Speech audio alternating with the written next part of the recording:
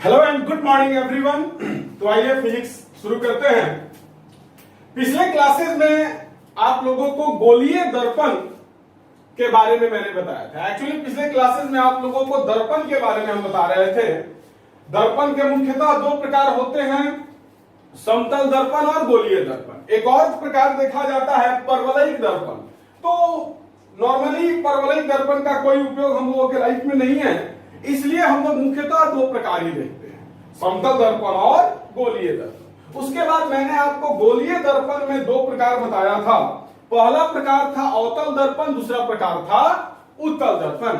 तो इन सारी चीजों के बारे में मैंने आप लोगों को डिस्कस किया था पिछले क्लासेस में। आज हम लोग पढ़ेंगे गोलीय दर्पण से संबंधित विभिन्न पद। बहुत बच्चों को लग रहा होगा कि सर कुछ टॉपिक छोड़ करके आगे बढ़ गए हैं, तो एकदम बेफिक्र रहिए, ऐसी कोई बात नहीं है। थोड़ा सा पढ़ाने का तरीका मैंने चेंज किया है फिजिक्स को, और कुछ नहीं, हर एक टॉपिक आपको मिलेगा। तो सबसे पहले हम लोग देखेंगे कि अवतल दर्पण में ध्रुव हो गया, प्रधान अक्ष हो गया, वक्रता केंद्र हो गया, वक्रता त्रिज्या हो गया, ये सब क्या होता है। फोकस हो गया, फोकस दूरी हो गया, ये सब क्या होता है अवतल दर्पण और उत्तल दर्पण में। मतलब अवतल दर्पण का ध्रुव, अवतल दर्पण का वक्रता केंद्र, अवतल दर्पण का आपको वक्रता त्रिज्या, अवतल दर्पण का मुख्य अक्ष, अवतल दर्पण का फोकस, अवतल दर्पण का फोकस दूरी। वैसे ही हम लोग देखेंगे उत्तल दर्पण का ध्रुव, उत्तल दर्पण का वक्रता केंद्र, उत्तल दर्पण का वक्रता त्रिज्या, उत्तल दर्पण का मुख्य अक्ष, उत्तल दर्पण का फोकस और उत्तल दर्पण का फोकस दूरी। तो पहले हम लोग अवतल दर्पण से शुरुआत करते हैं। तो जैसे कि पिछले क्लासेस में मैंने आपको बताया था कि अवतल दर्पण जो है वो एक प्रकार का गोलीय दर्पण है। गोलीय दर्पण का मतलब क्या हुआ? तो गोलीय दर्पण का मतलब हुआ किसी खोखले गोले का एक भाग। इसके बारे में पिछले क्लासेस में मैंने आपको बताया था, खोखले गोले का एक भाग कि गोलीय दर्पण होता है। तो ध्यान से देखिएगा, मैंने यहां एक गोला बना दिया, मैंने यहां पर क्या किया, एक गोला बना दिया। अब मान लो कि इस गोला से मैंने इतना पार्ट काट लिया। मान लो कि इस गोला से मैंने एक गोला बना दिया, इस गोला से मैंने इस पार्ट को काट करके अलग कर दिया। तो ये पार्ट जब कटा तो कैसा हो जाएगा, कुछ इस प्रकार दिखेगा। बॉल हैंडल छोटा बॉल, कुछ इस प्रकार दिखेगा।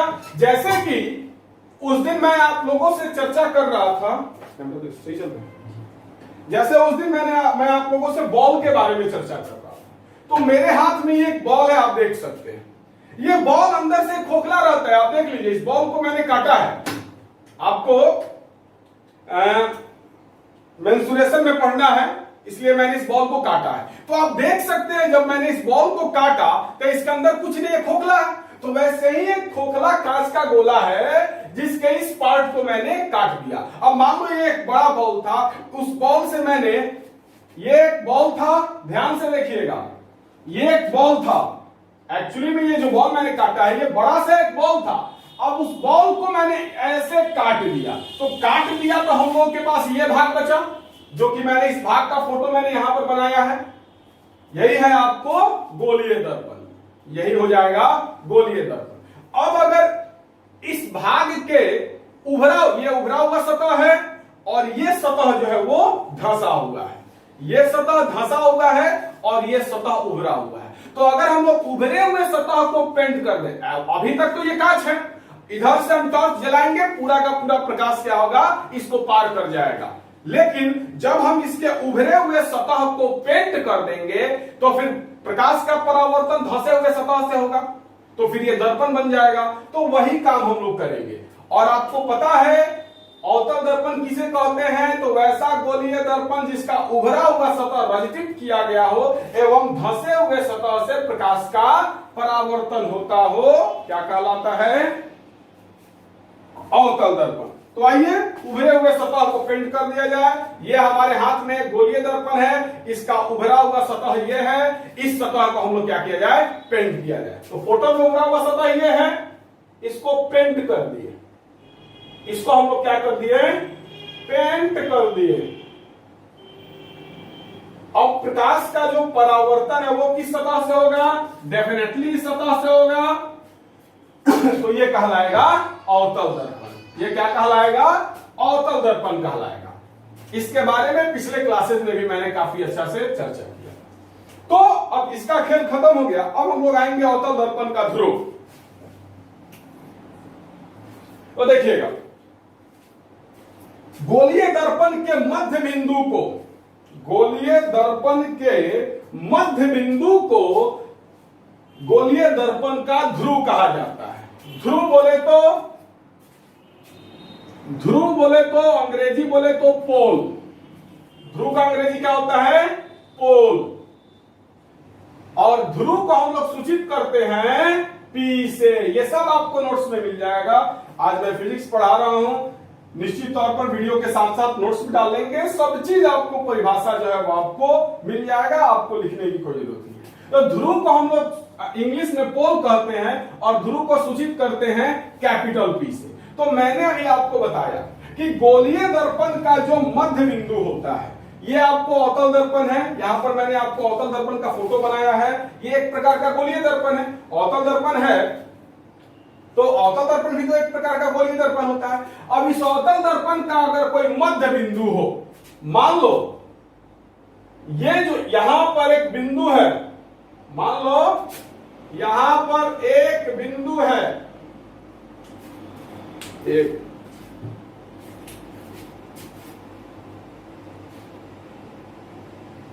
मान लो यहां पर एक बिंदु है। ये बिंदु जो है, यहां पर एक बिंदु मैंने बनाया, ध्यान से देखिएगा, हो सकता है छोटा, काफी छोटा दिख रहा होगा। तो ये एक बिंदु है। ये बिंदु क्या है, तो इस अवतल दर्पण का मध्य बिंदु है, अवतल दर्पण के ठीक बीच में है। इसी बिंदु को कहते हैं ध्रुव। इसी बिंदु को क्या कहते हैं, ध्रुव। तो गोलीय दर्पण के मध्य बिंदु को उसका ध्रुव कहा जाता है और ध्रुव को सूचित करते हैं पी से। तो ये आपको अवतल दर्पण था, ये इसका मध्य बिंदु है, ये क्या कहलाएगा, ध्रुव कहलाएगा। क्लियर।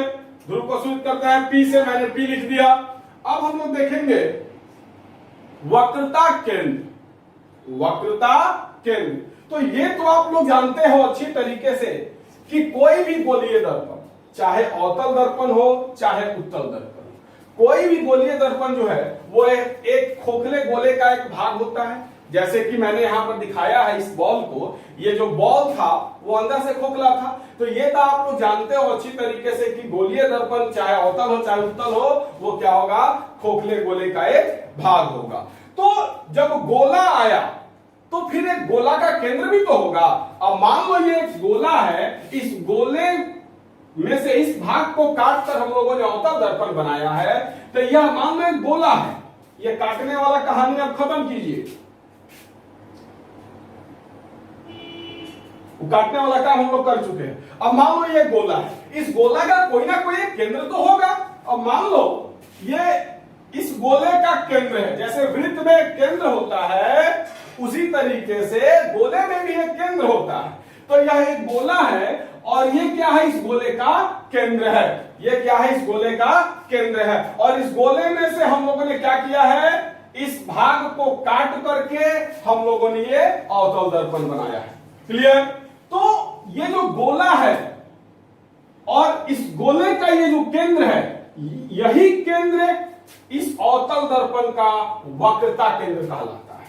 परिभाषा से समझिए तो गोलीय दर्पण, अवतल चाहे उत्तल, गोलीय दर्पण जिस खोखले गोले का एक भाग होता है, उस खोखले गोले के केंद्र को उस गोलीय दर्पण का वक्रता केंद्र कहते हैं। क्लियर। क्लियर। चलिए, तो ये जो केंद्र था इस गोले का, इस गोले का ये जो केंद्र है, यही केंद्र क्या कहलाएगा, इस अवतल दर्पण का वक्रता केंद्र कहलाएगा। अब आप देख सकते हैं केंद्र यहां पर है और इस भाग को हमने यहां पर काटा है, तो निश्चित तौर पर यहां क्या होगा, वक्रता केंद्र होगा। क्या होगा, वक्रता केंद्र होगा। इंग्लिश बोले तो सेंटर ऑफ कर्वेचर।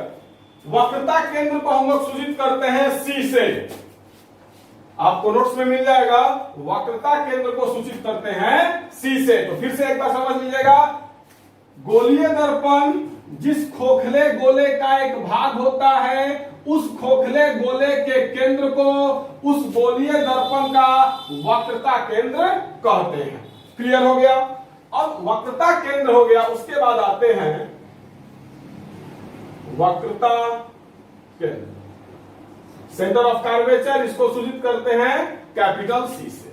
अब हम लोग आते हैं मुख्य अक्ष पर। मुख्य अक्ष क्या कहलाता है?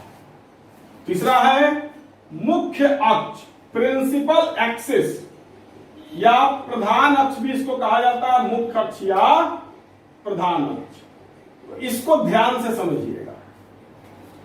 वैसी रेखा जो ध्रुव और वक्रता केंद्र को जोड़ती हो, ध्रुव और वक्रता केंद्र को जोड़ने वाली रेखा क्या कहलाती है? मुख्य अक्ष या प्रधान अक्ष। अब जैसे देखिएगा, एक रेखा है,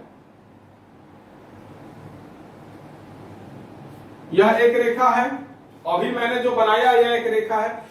यह रेखा क्या कर रही है? तो वक्रता केंद्र और ध्रुव को जोड़ दी।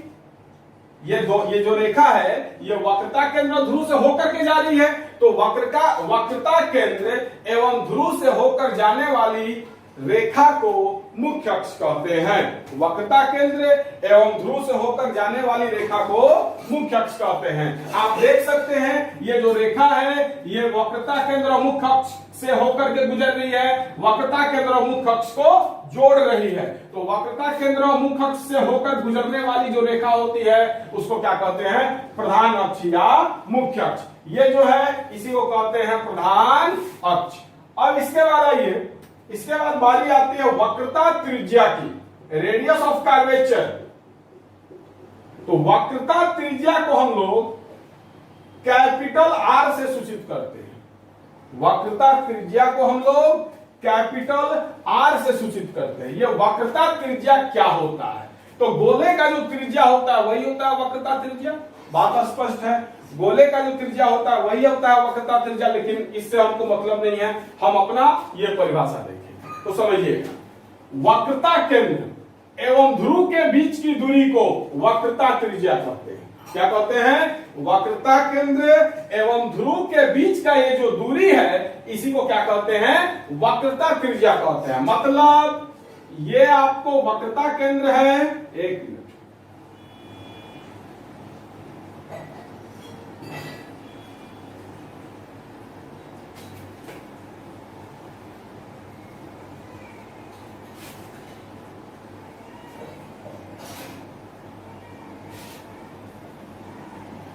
चलिए ध्यान से देखिएगा, ये क्या है?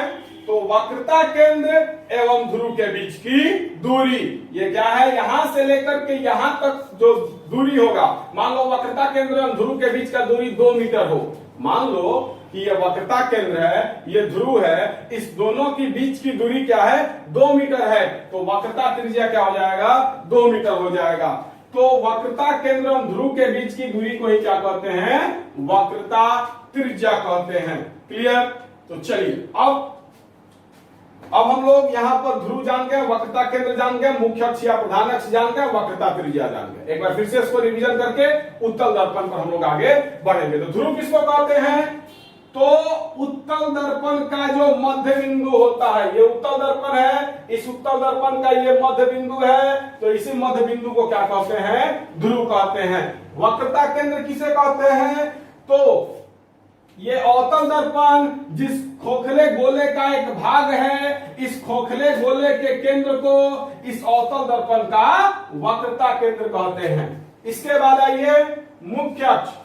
तो वक्रता केंद्र एवं ध्रुव से होकर गुजरने वाली रेखा क्या कहलाती है? मुख्य अक्ष या प्रधान अक्ष कहलाती है। ये जो रेखा है, ये रेखा आपको वक्रता केंद्र और ध्रुव से होकर गुजर रही है, तो ये क्या कहलाएगी? मुख्य अक्ष या प्रधान अक्ष कहलाएगी। और वक्रता त्रिज्या, तो वक्रता केंद्र और ध्रुव के बीच का जो दूरी होता है इसको क्या कहते हैं, वक्रता त्रिज्या कहते हैं। इस सारा का सारा परिभाषा आपको नोट्स में मिल जाएगा। अब आइए, अब यही कहानी हम लोग देखेंगे उत्तल दर्पण में।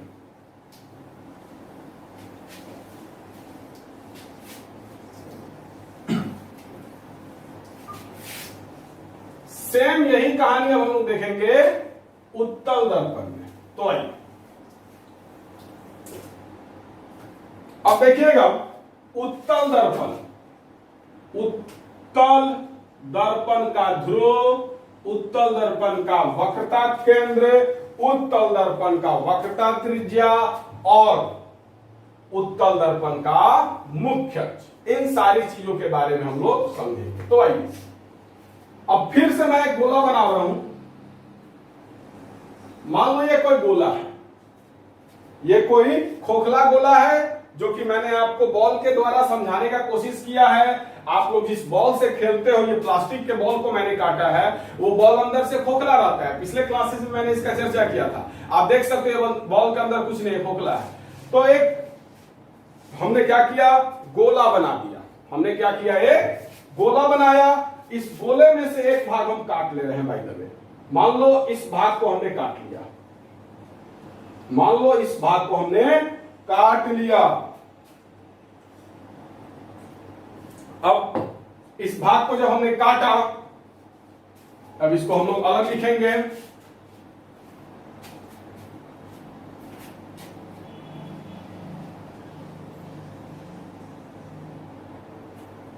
ये जो भाग हमने काटा उसको पलट करके लिखे, हम लोग फोटो बनाएंगे। कारण क्या है, तो कभी भी आपको वक्रता त्रिज्या, वक्रता केंद्र, ये सब हम लोग इधर ही रखेंगे।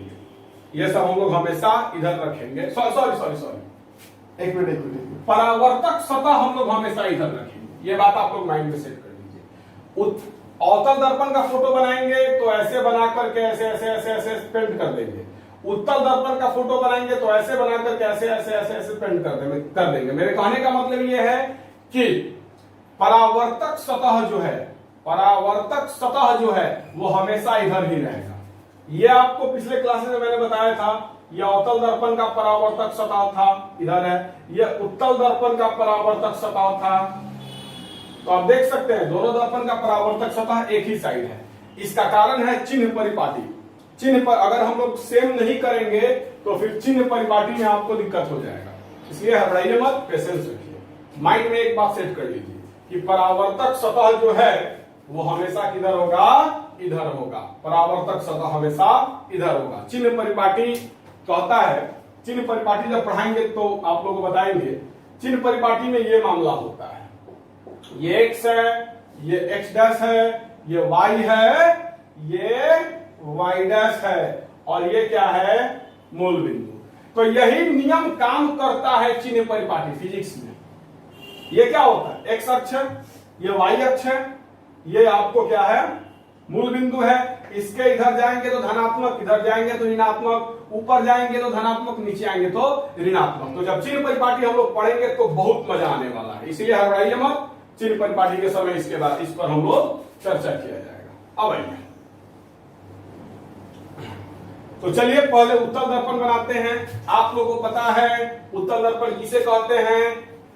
उत्तल दर्पण एक प्रकार का गोलीय दर्पण है, मतलब ऐसा गोलीय दर्पण जिसका धंसा हुआ भाग रचित किया गया हो, मतलब पेंट किया गया हो। जैसे मान लीजिए ये किसी खोखले गोले का एक भाग है, इसके धंसा हुआ भाग, इस भाग को हम पेंट कर देंगे तो परावर्तन उभरे हुए सतह से होगा, तो ये क्या कहलाएगा, अवतल दर्पण कहलाएगा। तो आइए धंसे हुए भाग को हम लोग क्या कर दें, पेंट कर दें। तो हम लोग धंसे हुए भाग को रचित कर रहे हैं, पेंट कर रहे हैं। अब आपको प्रकाश का परावर्तन कहां से होगा, उभरे हुए भाग से होगा। क्लियर। अब आइए, अब इसमें हम लोग देखेंगे सबसे पहला चीज, आप लोगों को 1 बाय 1 हम समझा रहे हैं। ध्रुव पी से सूचित करते हैं, बकोरता केंद्र वक्रता केंद्र, जिसको कैपिटल सी से सूचित करते हैं। प्रधान अक्ष या मुख्य अक्ष, और चौथा क्या है, वक्रता त्रिज्या, वक्रता त्रिज्या जिसको कि कैपिटल आर से सूचित करते हैं। तो अब हम लोग उत्तल दर्पण का ध्रुव, वक्रता केंद्र, प्रधान अक्ष या मुख्य अक्ष और वक्रता त्रिज्या को देखेंगे। तो चलिए परिभाषा वही रहेगा। ध्रुव किसे कहते हैं, तो गोलीय दर्पण के मध्य बिंदु को ध्रुव कहते हैं। ये आपको उत्तल दर्पण है, अब मान लो इसका मध्य बिंदु ये है, मान लो ये जो उत्तल दर्पण है, इस उत्तल दर्पण का ये मध्य बिंदु है, तो इसको क्या कहेंगे, ध्रुव कहेंगे। तो माइंड में सेट कर लीजिएगा, ध्रुव का परिभाषा, उत्तल दर्पण के मध्य बिंदु को क्या कहते हैं, ध्रुव कहते हैं। ये मध्य बिंदु, इसको क्या कहेंगे, ध्रुव कहेंगे। अब ये उत्तल दर्पण भी तो एक खोखले गोले का भाग है, जैसे कि यहां आप दिखा रहे हैं, चाहे आप इसको आगे बढ़ा देते हैं। मान लो ये गोला है, इसी गोला का ये भाग हम लोग काट करके यहां पर ये बनाए हैं, तो ये गोला का एक केंद्र तो होगा। जैसे ये गोला में से, इस गोला में से हमने एक भाग काट करके उत्तल दर्पण बनाया, तो इस गोले का भी तो कोई ना कोई एक केंद्र होगा ना। अब मान लो ये केंद्र क्या है, इस गोले का केंद्र है, इसी गोला को हमने यहां पर कर दिया, ये हमने काट करके उत्तल दर्पण बना दिया, ये सब हटा दिया, तो इस गोले का एक केंद्र होगा, निश्चित तौर पर होगा। तो वो जो केंद्र होगा, उसी केंद्र को क्या कहेंगे, वक्रता केंद्र कहेंगे। तो आइए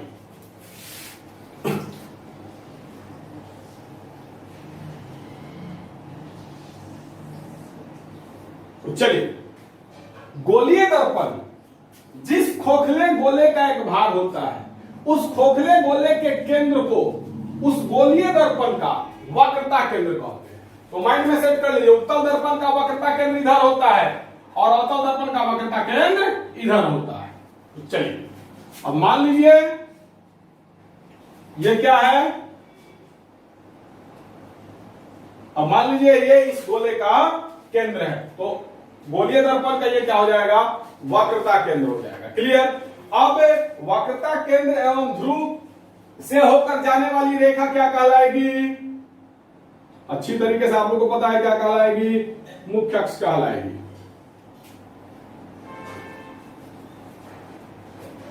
अब इस रेखा को देखिएगा आप लोग ध्यान से, जो मैंने अभी रेखा खींचा है, इस रेखा को आप लोग देखिएगा ध्यान से। ये रेखा आपको वक्रता केंद्र और ध्रुव से होकर गुजर रही है, ये वक्रता केंद्र है, ये ध्रुव है, और इस दोनों बिंदु से होकर ये रेखा गुजर रही है। इस रेखा को क्या कहेंगे, प्रधान अक्ष या मुख्य अक्ष, और वक्रता त्रिज्या, परिभाषा वही रहेगा क्या, तो वक्रता केंद्र एवं ध्रुव के बीच की दूरी को वक्रता त्रिज्या कहते हैं। तो ये आपको वक्रता केंद्र हो गया, ये ध्रुव हो गया, ये दोनों का बीच का दूरी ये है, इसको क्या कहेंगे, वक्रता त्रिज्या कहेंगे। तो अवतल दर्पण और उत्तल दर्पण में मैंने इस चारों चीजों को बता दिया। अब आइएगा, अब थोड़ा सा सबको मिला करके हम आपको बताना चाहेंगे, कोई चिंता करने वाली बात नहीं है, निश्चिंत रहिए।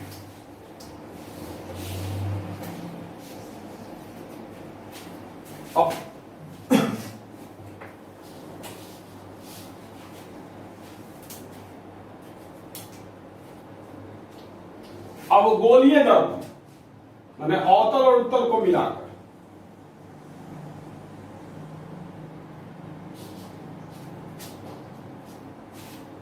यह एक गोला मैंने बनाया है, इस भाग को काट लिए तो अवतल दर्पण बन गया, इधर से भी एक भाग को काट लिए, उत्तल दर्पण बन गया।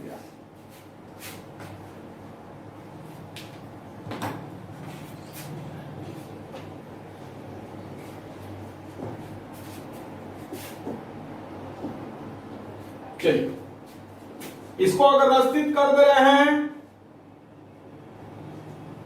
तो ये क्या हो जाएगा, अवतल दर्पण। ये क्या हो गया, अवतल दर्पण। ये क्या है, इसका परावर्तक सतह है।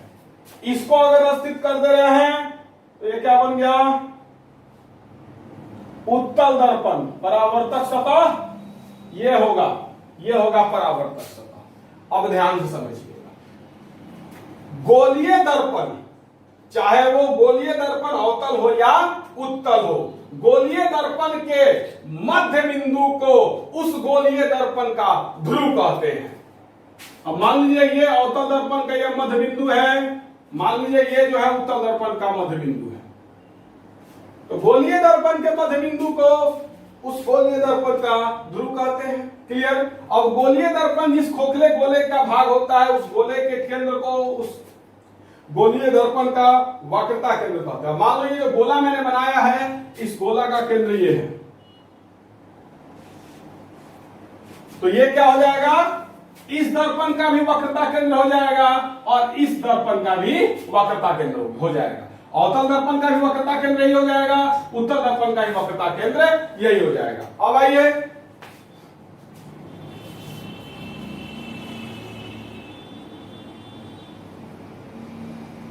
ध्रुव एवं वक्रता केंद्र से होकर गुजरने वाली रेखा मुख्य अक्ष कहलाती है। ये रेखा जो है ध्रुव और वक्रता केंद्र से होकर गुजर रही है, तो ये क्या कहलाएगी, मुख्य अक्ष कहलाएगी। उसके बाद वक्रता केंद्र एवं ध्रुव के बीच की दूरी वक्रता त्रिज्या कहलाती है। तो चलिए अब आपको अवतल दर्पण उत्तल दर्पण को अलग अलग करके आपको परिभाषा नहीं याद करना पड़ेगा, ध्रुव का या फिर वक्रता केंद्र का या फिर वक्रता त्रिज्या का या फिर मुख्य अक्ष का। माइंड में सेट कर लीजिए। गोलीय दर्पण के मध्य बिंदु को उस गोलीय दर्पण का ध्रुव कहते हैं, ध्रुव को कैपिटल P से सूचित करते हैं। उसके बाद गोलीय दर्पण जिस खोखले गोले का एक भाग होता है उस खोखले गोले के केंद्र को उस गोलीय दर्पण का वक्रता केंद्र कहते हैं। क्लियर। उसके बाद ध्रुव एवं वक्रता केंद्र से होकर गुजरने वाली रेखा मुख्य अक्ष या प्रधान अक्ष कहलाती है। क्लियर। उसके बाद वक्रता केंद्र एवं फोकस के बीच की दूरी को वक्रता त्रिज्या कहते हैं। क्लियर। तो चलिए अब हम लोग देखेंगे फोकस। तो चलिए आज का क्लास हम यहीं पर रोकते हैं और अगले क्लास में हम लोग फोकस को देखा जाएगा। चलिए बहुत बहुत धन्यवाद।